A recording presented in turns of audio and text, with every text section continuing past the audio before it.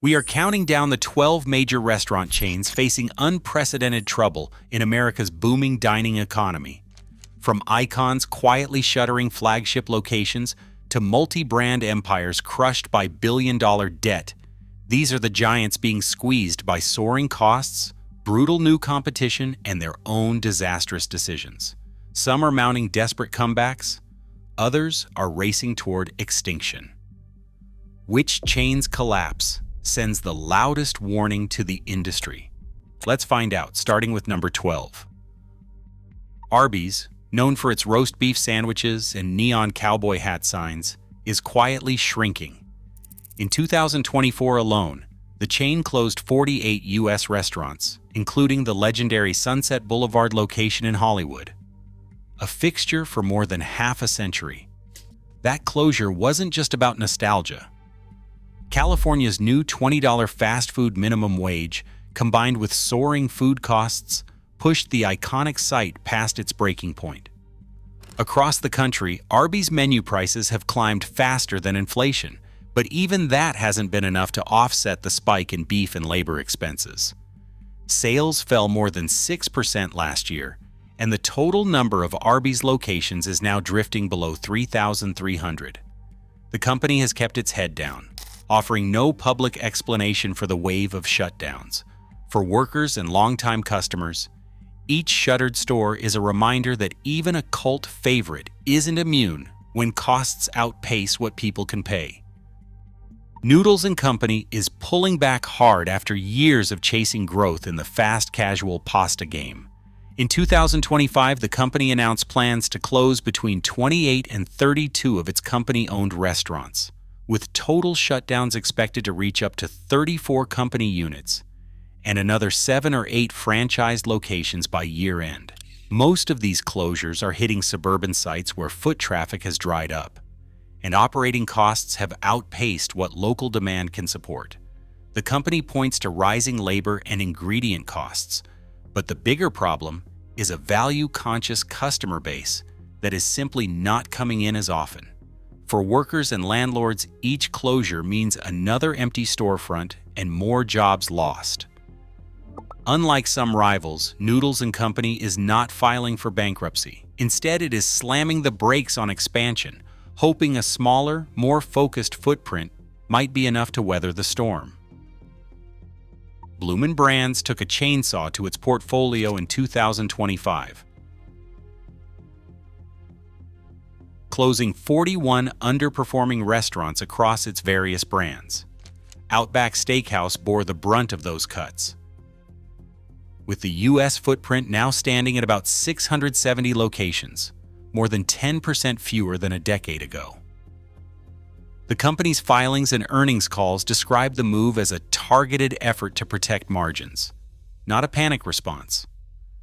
Outback's labor-intensive steakhouse model, once a sure bet for busy nights and big checks, has become harder to sustain as wage costs climb and traffic patterns shift. By shutting down weaker sites, Bloomin' Brands is concentrating resources where the numbers still work, betting that a leaner operation will keep the brand profitable in a tougher environment. For workers and local economies, each closure means lost jobs and another darkened storefront in the casual dining landscape. For the company, it is a calculated retreat, pruning the tree in hopes the rest will survive.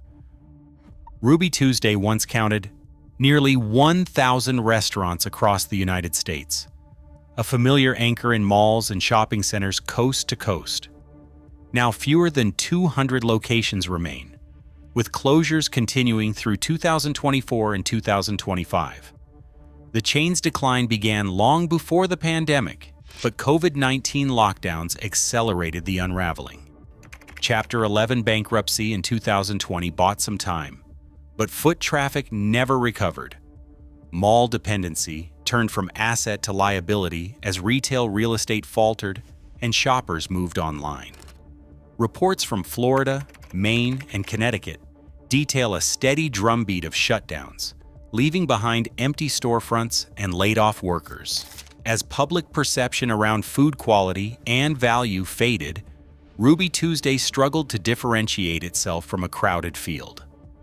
The gradual, relentless contraction stands in stark contrast to the more surgical cuts seen at other chains.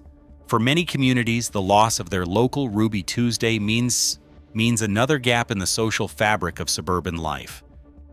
Applebee's, once the go-to spot for neighborhood dinners and late-night appetizers, is quietly shrinking its United States presence. In 2024, the chain closed 35 locations nationwide, with another 20 to 35 net closures projected for 2025. The United States store count has slipped from 1,578 in 2021 to around 1,500 by 2024, and the downward trend continues. Unlike the sudden implosion seen at other chains, this is a methodical retreat. Parent company Dine Brands is betting on a strategy of selective closures and reinvention instead of wholesale collapse. Some locations are getting a facelift under the Lookin' Good remodel initiative, while others are being transformed into dual Applebee's IHOP sites, a gamble to squeeze more value out of existing real estate. For franchisees, each closure or remodel brings its own costs and risks. For workers, the steady drip of shutdowns means jobs lost in towns that once counted on Applebee's as a local gathering place. The brand isn't vanishing overnight, but the slow contraction and constant tinkering hint at deeper uncertainty about its future in the casual dining world. Denny's, the all-night diner that once seemed as steady as the highways it lined, is pulling back. By the end of 2025, the company plans to close around 150 underperforming restaurants, roughly 10% of its locations. These are not just any stores. Many are the classic highway stops and travel center outposts that defined the brand's identity for generations. The decision comes as travel patterns change, and fewer people rely on roadside diners for late-night meals or cross-country breakfasts. Declining same-store sales and shifting customer habits have put pressure on the old 24/7 model, making it harder to justify keeping every neon sign lit. At the same time, Denny's has agreed to sell itself to private equity investors, taking the company off the stock market and into the hands of cost-focused owners. For thousands of workers, the closures mean lost jobs and disrupted routines. For travelers, each shuttered Denny's leaves another dark exit ramp and one less familiar place to stop for coffee at 3 a.m. Cracker Barrel's attempt to modernize its image in 2024 set off a storm the company did not see coming. After unveiling a redesigned logo and updated branding, longtime customers took to social media accusing the chain of abandoning its roots. Boycott calls spread, and within months, management was forced to admit the backlash was hitting hard. Foot traffic dropped by nearly 8%, a staggering decline for a brand that once traded on comfort and nostalgia. The company's financial filings soon revealed the cost. 14 Cracker Barrel locations were closed, and significant impairment charges hit the books. The trouble did not stop with the flagship brand. Maple Street Biscuit Company, which Cracker Barrel had acquired in hopes of expanding its breakfast footprint, also faltered. 14 Maple Street locations shuttered in 2025, with company statements linking the closures to weaker than expected earnings and fallout from the parent company's rebrand. For Cracker Barrel, the lesson was immediate and painful. Sentimentality may not pay the bills, but losing the trust of loyal guests can drain revenue just as quickly. The closures left hundreds of workers searching for jobs and dozens of communities without a familiar gathering spot, all triggered by a branding gamble that landed with a thud. MOD Pizza's rise once looked unstoppable. By 2023, the chain had planted its flag in hundreds of towns, promising a fast casual pizza experience built around choice and speed. But hyper-growth came at a price. In early 2024, MOD closed more than 26 locations, the first public sign that expansion had outpaced demand. That was only the beginning. By the end of the year, roughly 44 stores had gone dark. and franchise disclosure documents revealed a total of about 70 closures across the system. Behind the scenes, company leaders scrambled to find a way out of a mounting liquidity crunch. In mid-2024, MOD Pizza explored the possibility of filing for bankruptcy, a move that would have put it in the same category as some of the industry's most troubled names.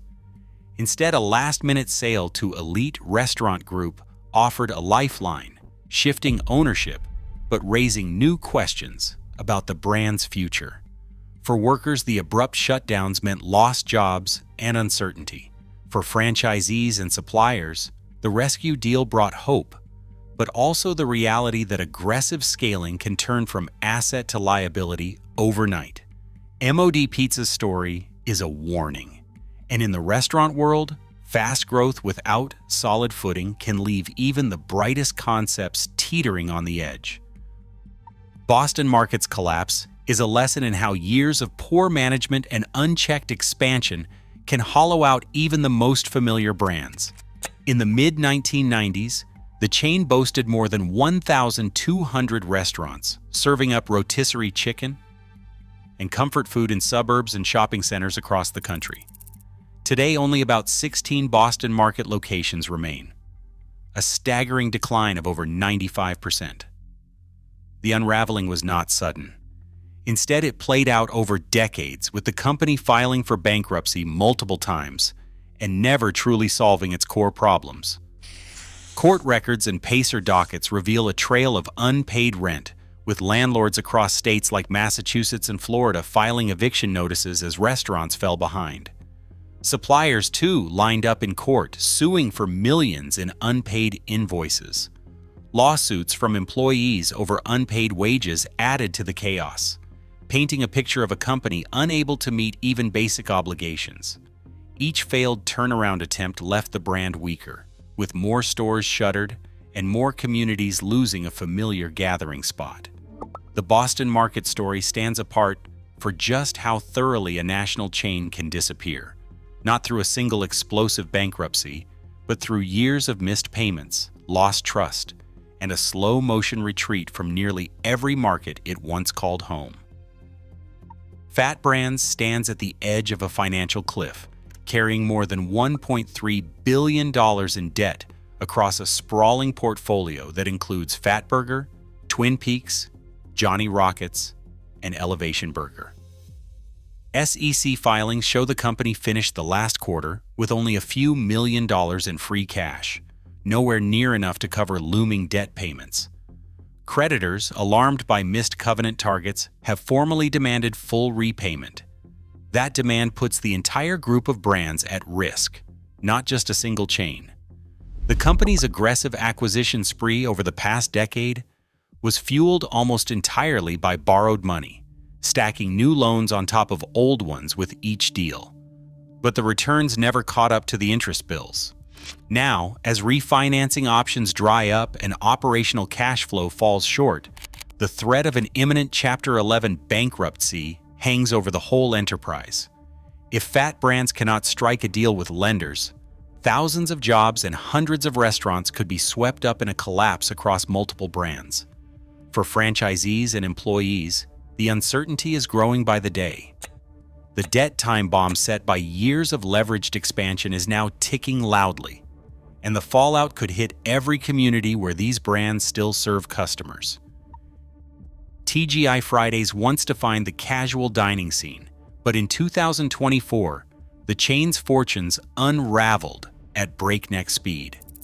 In January, 36 restaurants closed across the U.S., and hundreds of workers were offered transfers or left scrambling for new jobs. The company described the move as a reset, but the real story was a scramble to stem mounting losses. By November, a second, even larger wave hit, with about 50 more locations shuttered almost overnight. The Times Square flagship, a symbol of the brand's heyday, went dark along with dozens of other familiar sites. Behind the scenes, financial distress deepened. U.S. operations filed for Chapter 11 bankruptcy in November, covering all remaining company-owned stores. Franchisees and landlords watched as the system's backbone collapsed, with suppliers and creditors lining up in court. The carnage was not limited to the U.S. In Sweden and other international markets, TGI Fridays slipped into administration, exiting entire countries and leaving franchise partners adrift. For a brand that once promised a party every night, the mood turned grim. The rapid closures, legal filings, and global retrenchment sent a clear message. Even the most recognized names can falter when debt, declining traffic, and changing tastes converge. Communities lost gathering spots, workers lost paychecks, and the chain's reputation was battered on both sides of the Atlantic. TGI Fridays' collapse was not a slow fade, it was a cascade, with each closure fueling the sense that the era of the big brash bar and grill might be ending for good. Red Lobster's troubles reached a breaking point in May 2024 when the company filed for Chapter 11 bankruptcy protection. The filing revealed more than $1 billion in debt and a business model buckling under the weight of its own decisions. Just months earlier, the chain had abruptly shuttered dozens of locations across 28 states, leaving workers and communities stunned by the speed and scale of the closures. At the heart of Red Lobster's collapse was a single promotion that spiraled out of control. The endless shrimp deal, once a limited-time traffic driver, became a permanent menu fixture in 2023. The move was meant to boost visits, but it backfired. In the third quarter of 2023 alone, the promotion cost the company $11 million. Guests flocked for the bargain, but few ordered anything else, and the losses piled up with every plate. Attempts to raise the price of the special from $20 to $25 did little to stem the bleeding. The company's own filings showed that even a modest uptick in traffic could not offset the damage to margins. Debt pressures made every misstep more costly. Red Lobster's balance sheet was already burdened by years of leveraged buyouts and a sale-leaseback scheme that locked in high fixed costs. When the shrimp promotion tanked earnings, there was no financial cushion left. By the time the bankruptcy court took up the case, the company owed millions to seafood suppliers, landlords, and workers. The Pacer docket and CEO Jonathan Tibus's declaration laid out a stark reality. The business was running out of cash, and creditors were circling. In September 2024, the court approved a plan that handed control of Red Lobster to a Fortress Investment Group-backed entity. The plan authorized the closure of up to 129 additional restaurants, a sweeping mandate that would reshape the chain's national footprint. For thousands of employees, it meant more uncertainty and more pink slips. For seafood suppliers, it meant millions in unpaid invoices and a scramble to find new buyers. For diners, the familiar red and white sign became a symbol of how quickly a household name can unravel when debt and bad bets collide. Red Lobster's story is now a warning. Even the giants can fall, and sometimes all it takes is one endless deal that finally lives up to its name. Across all 12 chains, one pattern stands out. Even in a booming restaurant economy, debt, outdated models, and failure to adapt can topple giants. The real threat is not fewer diners. It is a new financial and cultural landscape that punishes complacency. In today's restaurant world, no brand is immune. The next casualty could be one you grew up with. Let us know which chain's fate surprised you most in the comments.